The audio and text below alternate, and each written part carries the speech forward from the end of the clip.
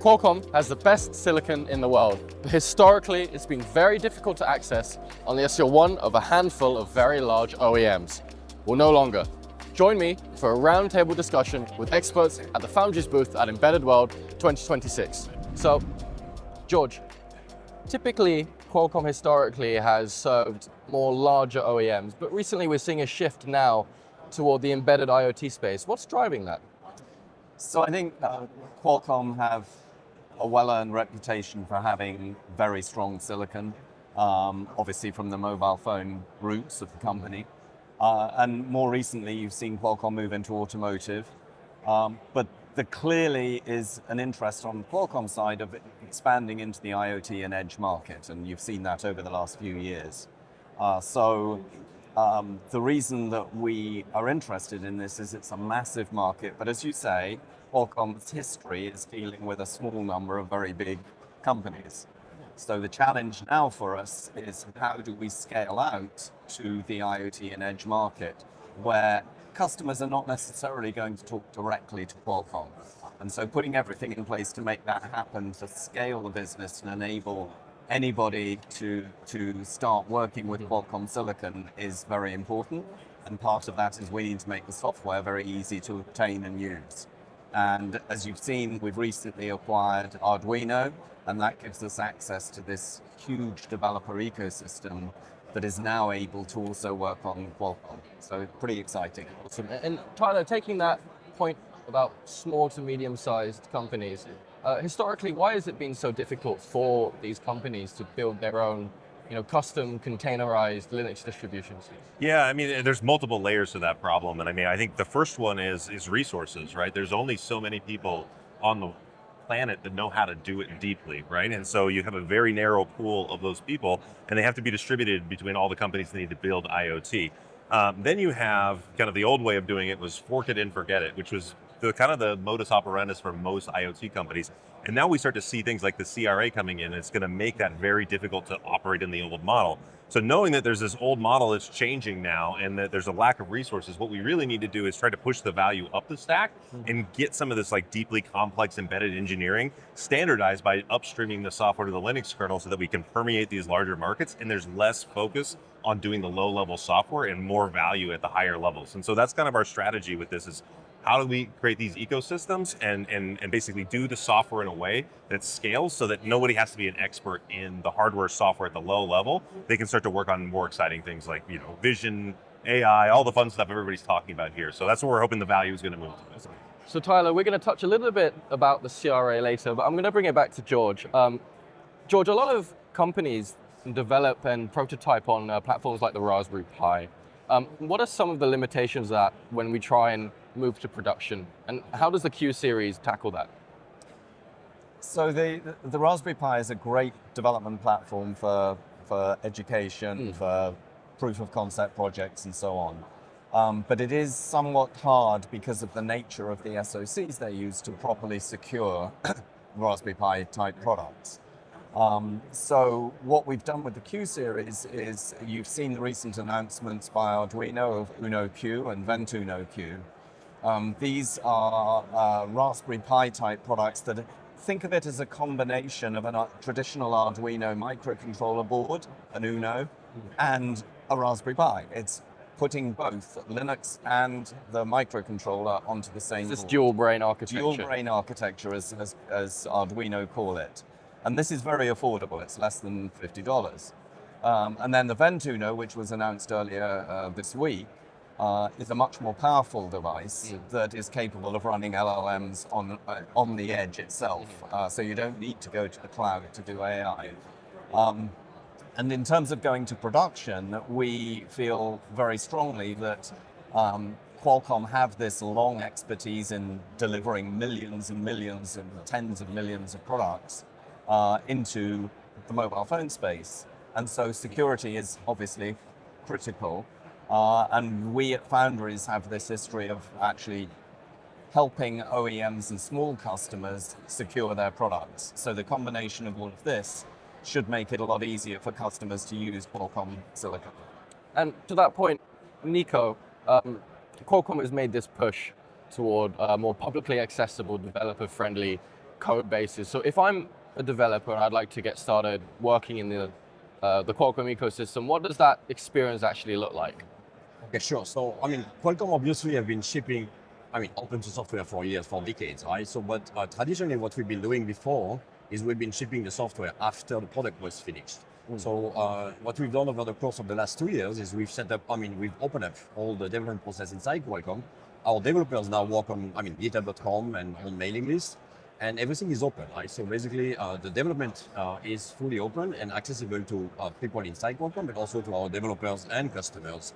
So today, as what part of the announcements we've made this week is we have like this new Qualcomm Linux, the 2.0 version of Qualcomm Linux, which is out, where you can, anybody outside of Qualcomm without signing any document, without doing anything with Qualcomm, you can get a board from Arduino and you can actually download the software and start building and running the software. You can report issues, which is actually quite, the feedback loop with the developer is very important. And even more importantly, you can actually make changes. You can actually submit pull requests in the Qualcomm software, which, the Qualcomm teams will start to review, and maybe your changes will be part of the Qualcomm, the next Qualcomm release as well. So this is what it looks like today. Something which was impossible in the past, and it's just like, you download a couple of software components, you can build them, and you can run on your Qualcomm hardware. So, Tyler, bringing in Foundries into this, how does Foundries help the everyday developer actually build their products, and where does Yocto come into this? Yeah, so as my colleague will talk about soon here, we have kind of a dual distribution strategy at the moment. We're a multi-distribution company now, but we're really focusing in Yocto, as you know, and Debian now. And so what we want to do for bringing our technology from Foundries kind of closer to the developer is we've started a community edition product, and that will run our container management solution on any distribution. Now we have it integrated on Yocto and Debian, and it will also work on Ubuntu or Fedora or Red Hat. And so this is hopefully going to allow folks maybe not using Yocto to be able to experience the Foundries technology. And then as they progress in their journey and they start to say, well, what about security? What about maintenance, right? We have a way to transition them to Yocto, and then we have all of our great security apparatus put around Foundries in the SaaS service so that we can then deliver a secure product to market. So that's what we're hoping to do here is we're building out kind of a developer platform with Foundries now, which has more been focused on professional developers in the past, right, to try to cultivate and incubate those kind of like pipeline of product makers that we can then leverage Foundries once they go to market. So we're basically setting up the seed so that it's nice and easy from prototype to development to production. That streamlined workflow Exactly. we're talking about. Yes. And so you touched on Debian. Yes. And so over to you, Loic. Where does Debian come into the Qualcomm ecosystem? So Debian is now one of the main choices of operating system that people will start with when using Qualcomm hardware such as Arduino boards. And the reasons behind choosing Debian is Yocto is a bit too much of a steep learning curve. So it was important for us to have a choice of distribution that would be developer friendly. Debian is a well-established open source distribution, speaks to the community. It has a broad, comfortable software distribution of like lots of packages are available. You can easily run a Docker apt install anything you need basically and you'll find it. So it was a way to make the developer experience simpler, more comfortable. And we know people that are starting working with developer boards need something that they can relate to. So a nice user interface, while asking people to start with Yocto if they've never done Linux development before. It's just too much of a, it's too hard. The learning curve is too steep. It's a barrier to entry almost. Exactly. Yeah. And as Tyler was saying, we fully expect people will start with Debian, get the development going, and once things are working, they might build a product and run with Yocto in production and manage the Yocto distribution through Foundries. But to start for development, it's much more comfortable to have something like Debian. And so is that also why Debian is the first choice image when we're working with the Arduino Q lineup? Is sort of that streamlined, easy access. Absolutely. And so Debian is not only like vendor neutral and truly open source. We wanted that to be like user friendly, but it was also a challenge for Qualcomm.